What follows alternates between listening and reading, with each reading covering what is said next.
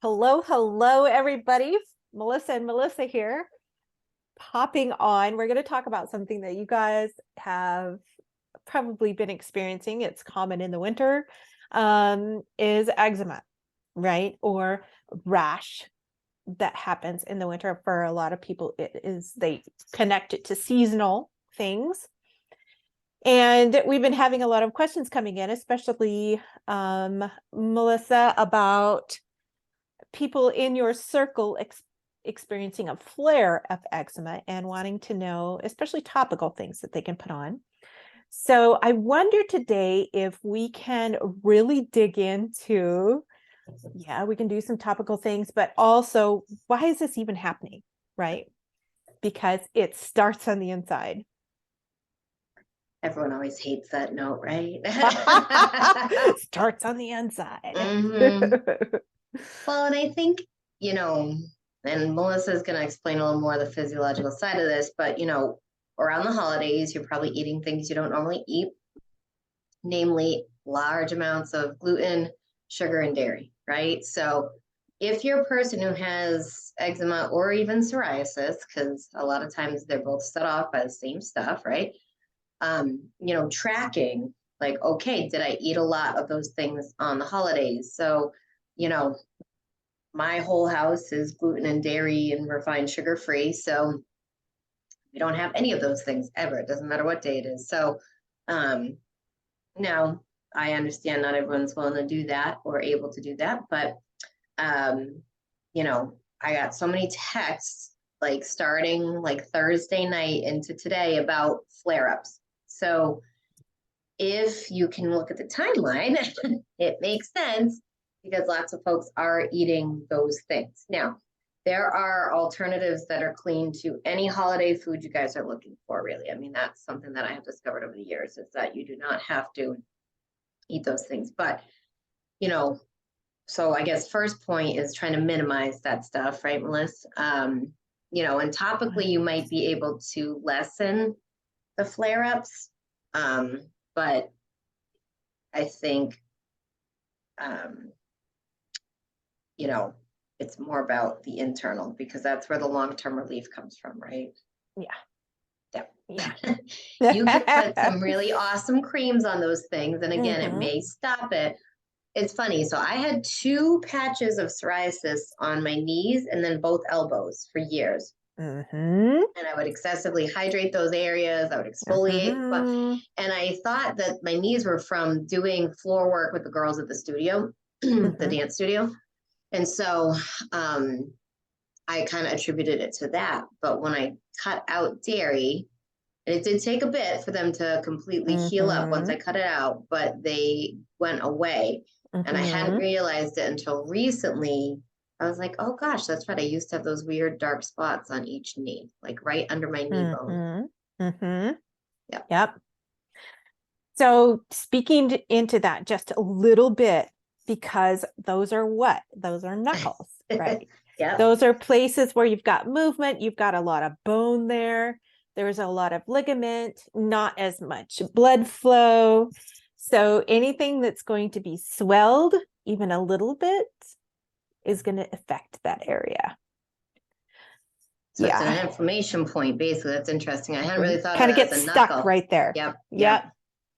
So when we think about, I'm going to kind of look at the whole body system, right? If that's okay. So when a client comes to me and they've got eczema, one of the very first things I look at is food sensitivities, and that's something you already touched on. Yes. So there could be some people who have cut out gluten, dairy, and sugar, and they still have eczema. Okay. So there could be other food sensitivities in the mix. A lot of eczema is fueled by candida overgrowth. We've talked about that several times in the past. So when you're thinking about doing anything topical, I would suggest anything that's anti-inflammatory and anti-itch stuff, like things like lavender oil feel amazing. Anything like coconut oil that has capric acid or caprylic acid, that can really help contain some of that candida. help with the itching, help with the spreading. You can use over-the-counter creams too.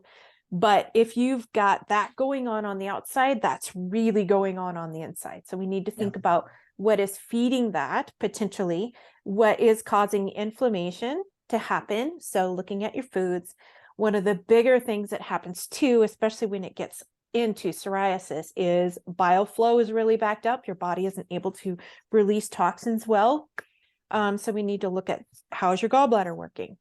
How is this piece really flowing, literally flowing for you? But those are the places to start when you're looking at eczema. Food sensitivities, and it might be wider than gluten, dairy, and sugar, although those are the common ones. If you can cut those out, if you can be serious about cutting those out, you may find sustained relief.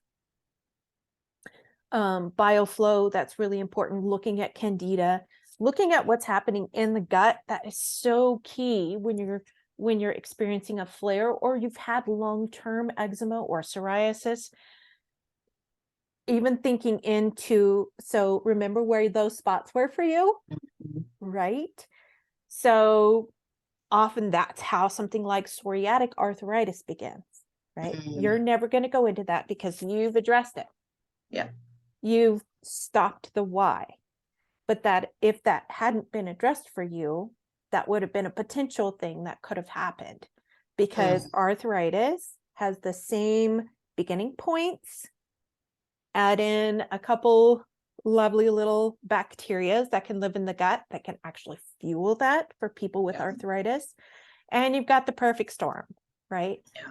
The thing that I think we both want you to realize is that these are addressable, and not just addressable by taking a pill or supplements or, doing something forever, never, amen. Yeah. But you're actually able to work on what's happening inside in your gut and get to the place where your body doesn't experience this anymore. Does that make sense? Right. Yeah, totally. Well, and I think, like, it's funny, as you were talking, I was thinking about my mom who has really bad arthritis. She has a terrible diet, and I mean, awful, like all the gluten, all the dairy, all the sugar.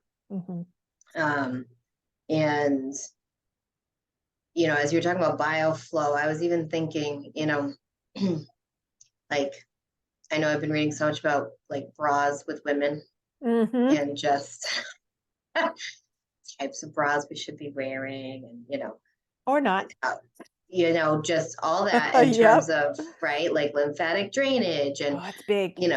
There's so many things about this, you guys, and that's a whole, I think that would actually be, maybe that's a good topic for us next week, right? Breast cancer. Can we talk about breast cancer? Yeah, absolutely. And I think if we talk about, the drainage in that area, and, there's so many companies popping up that aren't using underwire and all this stuff, right? So I think things like that are important for us to address because we know more than we did, right? But yeah, I mean, and I think another one too, you guys, like, so I know Melissa can certainly help you with food test. I know Everlywell does a decent food test. I wouldn't suggest going to an allergy doctor unless you have one that's open to doing a real full panel. And I think the blood test is more accurate than the scratch test, right, Melissa? They are. At least from what I've seen. So, but eggs can be a really common one too, you guys, and I get it. Like, I love eggs, but folks are allergic to them, or sensitive, and it can cause a large amount of issues. So, definitely, first place, you can try eliminating some of those things, see how you feel. But then, if you're still having a lot of symptoms, I always suggest having a consultation with Melissa. And then, figuring out like, what else can I do for my gut to try to help fix this long term? Yeah. So something to think about, especially when you eliminate, you might not, like, even if you're going to do the big three, gluten, dairy, sugar, and you've got eczema or psoriasis, you might not notice a change in the first month. You might need to do the elimination for up to 3 months. So, you know, if you do it for a day, that's so cool, but you're not going to get, you're not going to get the response that you're looking for. Does that make sense? Yeah. But you might notice, I mean, here's the other thing, you guys, we're talking about psoriasis and eczema, but you may very well notice that you are experiencing just overall improved symptoms across the board. Exactly. Which, you know, that like fatigue, stomach aches, headaches. You know, I did a call last week with a young man who has had really bad acne. Now it's turned into patches of psoriasis. So we're starting the journey, but I explained to him, it's not going to be fast. It's not overnight. And it's going to take some big changes, right? So we're starting with, you know, dairy for him because he's an avid milk drinker. And then, you know, we'll go from there. But yeah, I think if we can, I think hitting on some drainage and breast cancer stuff next week, Melissa, might be a really good one. I would love that.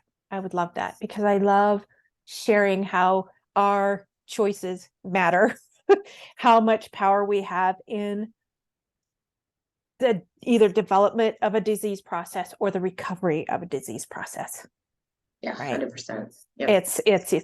It's in what we choose. Yep, absolutely. Love it. Thank you. Well, thank you so much. And we hope this helps you guys. As always, reach out if you need further support because we want you guys to feel better, especially during the holidays. Awesome. Enjoy your day.